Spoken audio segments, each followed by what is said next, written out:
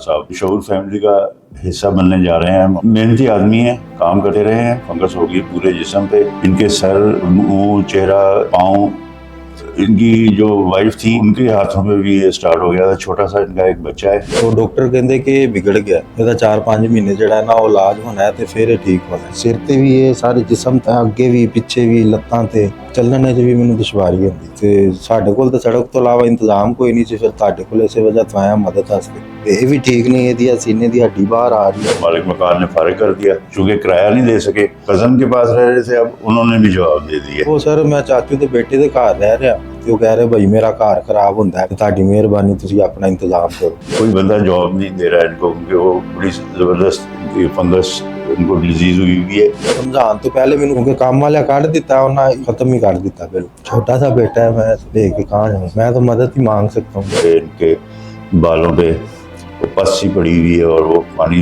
रास्ता है, बहुत डेंजरस। वो अहले दिल हैं जो इन लोगों से अपील करता हूँ कि ये हमारे इस काम में हमारा साथ दें ताकि हम इनको पहले इनका इलाज करवाएं। जब ये माशाल्लाह ठीक हो जाएं तो फिर हम इनके काम के सिलसिले में कोई इनकी हेल्प आउट करके इनको रिहेबिलिटेट करें। इस कार खैर में हमारा हाथ बटाएं और अपना हिस्सा डालें। Thank you.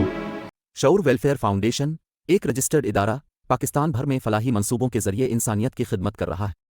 सदकात, ज़कात और अतियात के लिए डिस्क्रिप्शन में फॉर्म का लिंक मौजूद है। अतिया करें और खैर बांटें।